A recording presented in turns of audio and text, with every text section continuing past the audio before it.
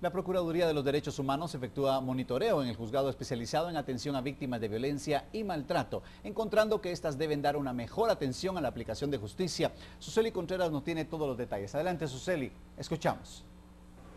El monitoreo fue efectuado por la Procuraduría de los Derechos Humanos al juzgado de turno de femicidio de marzo a junio de este año, en el cual encontraron diferentes deficiencias. Una de estas es que no existe privacidad y que también se demoran en brindarle protección, sobre todo las medidas de seguridad a las mujeres. La violencia contra las mujeres, pues sabemos que no hay horario, todas las horas en el cual atenta contra la vida de las mujeres, ¿verdad? En este caso se visualizó más en la atención en la noche, ¿verdad? En virtud de que entran por turnos.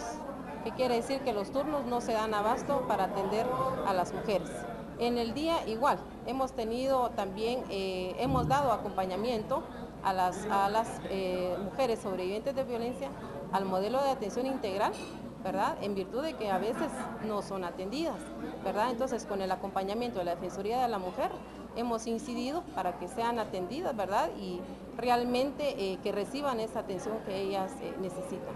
Y en cuanto al modelo de atención integral, encontraron que solo existe una profesional para atender entre 10 a 20 casos diarios. Los resultados de este informe es la falta de privacidad y vuelvo a insistir en la falta de coordinación, porque en el caso del Ministerio Público cuenta con una cámara de GESEL, es una cámara en donde hay una privacidad, diríamos, ideal para que las víctimas, mujeres, niños y niñas puedan presentar su declaración con el control judicial también.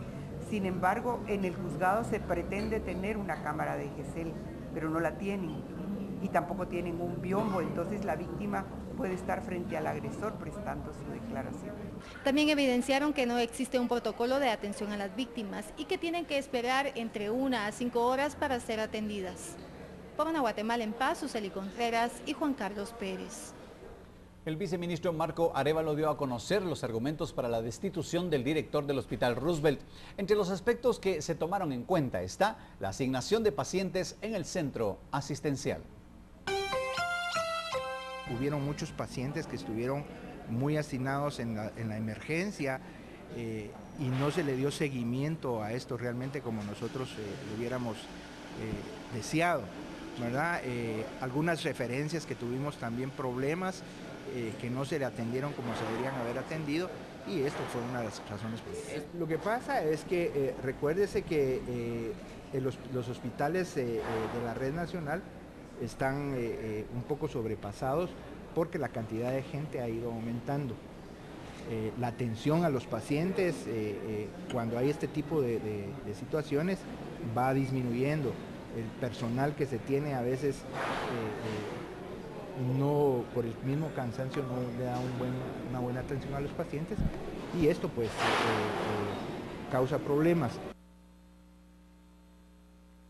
Por otro lado, un estudio publicado por la Asociación de Investigación y Estudios Sociales presenta a través de encuestas el incumplimiento estatal en cuanto a trabajo decente y economía informal se refiere. Gladys Olmsted nos da los detalles al respecto. Adelante, Gladys, le escuchamos. Buenas tardes, Emilio. De acuerdo con el segundo estudio del proyecto sobre un trabajo decente y la economía informal, este es un problema que está afectando a muchas familias guatemaltecas, para lo cual ellos presentan las siguientes propuestas.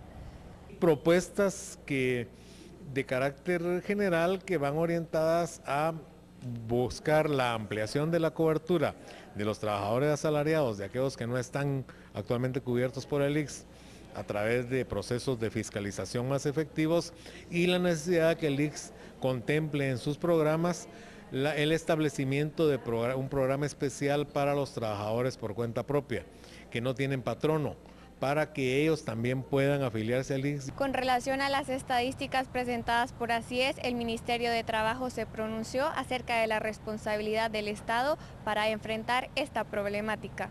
Desde la perspectiva del Estado, tener, por ejemplo, ámbitos grandes de informalidad o bastante informalidad, sí es una obligación del Estado y es una carencia que el Estado no ha proveído. Este proyecto comparte con el Ministerio de Trabajo la búsqueda de consensos multisectoriales para lograr la implementación de políticas públicas que busquen la formalización de los trabajos informales. Por una Guatemala en paz, Gladys Olmsted y Rafael Ovalle. En otro tema, el procurador de los derechos humanos, Jorge de León Duque, dio a conocer que la Corte Suprema de Justicia amparó provisionalmente a 3 de 55 municipios que fueron denunciados por los cobros que efectúan las municipalidades por alumbrado público. Fueron amparados, de hecho, San Benito, San José Petén y Zacapa. La misma Corte de Constitucionalidad ha establecido que una tasa municipal es un servicio que presta una municipalidad y que lo da a cambio de una prestación a una persona. Entonces, en este caso, el servicio no lo presta la municipalidad, sino que lo presta otra entidad. Por lo tanto, es cualquier otra cosa lo que cobra la municipalidad, menos una tasa municipal, pues, porque no es un servicio que ellos prestan. Esa fue nuestra solicitud, que era inconstitucional, que era inconstitucional que una municipalidad estuviera cobrando por un servicio que no presta, y sobre todo lo injusto que es. Hay gente que paga de consumo 20 quetzales y de tasa de alumbrado público paga 90. Y tiene un foquito triste ahí, o a 2 cuadras, en el mejor de los casos, enfrente de su casa. Y los magistrados de la Sala Primera de Apelaciones tienen en sus manos el futuro del proceso por genocidio, en el que analizan si es viable o no dar amnistía al exjefe de Estado de facto, José Efraín Ríos Montt. Verónica Orantes nos tiene los detalles al respecto. En esta tarde le escuchamos. Emilio, el presidente explicó que desde ayer en la tarde iniciaron a conocer el decreto ley 886, que fue creado en el gobierno de Óscar Humberto Mejía Víctores, el cual podría ser aplicado al exjefe de Estado, José Efraín Ríos Montt, que es acusado por genocidio y delitos de lesa humanidad.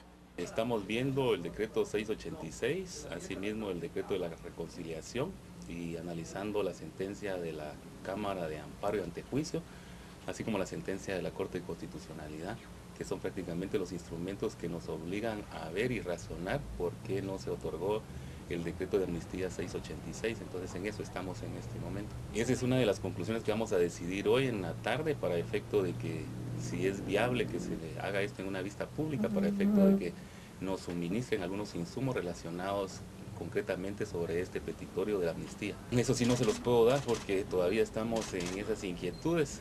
Estamos viendo ese decreto que nos pareció algo interesante, relacionado al 686, que fue en la época de Mejía Víctores, que prácticamente hizo ahí hincapié a unas circunstancias de que en este caso no se pudieran eximir de ciertas responsabilidades penales sobre ciertos actos comunes o de índole político, ¿eh? Entonces es lo que estamos imbuidos a analizar, y que hace ver prácticamente la parte de la defensa de Ríos Montt que este decreto le favorece en virtud de que supuestamente era en la época que él fungió como gobierno, y supuestamente también ahí hay algunas circunstancias que tenemos que ver a lo que establece la Corte Constitucional, la Corte Suprema de Justicia, referente que la Sala no aplicó los principios generales del derecho en cuanto a la retroactividad, a la ultratividad de la ley, que en este sentido, si bien es cierto ya no está vigente, en su época pues esta ley tuvo sus efectos y debe tenerlos hasta este momento, ¿no? Explicó que otro de los puntos que analizan es el artículo 16 transitorio de la Constitución. Ahí estamos, ese es el punto medular, porque se habla del delito de lesa humanidad o de genocidio. Entonces lo que prácticamente nos hace ver es retrotraernos a ese proceso como un juez de jurisdicción para analizar o calificar si efectivamente se cumplen con los elementos objetivos y subjetivos del tipo penal que se refiere a este delito de genocidio. Entonces prácticamente eso es lo que vamos a analizar para ver si es viable de que estos delitos, por ser de jurisdicción universal, pues no contemplan prescripción. Sin embargo, estamos analizando estas circunstancias, si efectivamente este es un delito de genocidio o son delitos que no tienen que ver más que aspectos ordinarios del conflicto armado y que puedan en este sentido eximirle la responsabilidad penal. Los magistrados deben de acatar lo resuelto por la Corte de Constitucionalidad, en la que deben de analizar si es viable confirmar, revocar, modificar o adicionar la amnistía. Recordemos que los generales retirados José Efraín Ríos Montt y José Mauricio Rodríguez Sánchez son acusados por las masacres cometidas en la región Ixil, en la que se contabilizan 1.771 víctimas. Por Una Guatemala en Paz, Verónica Orantes y Marvin Pérez.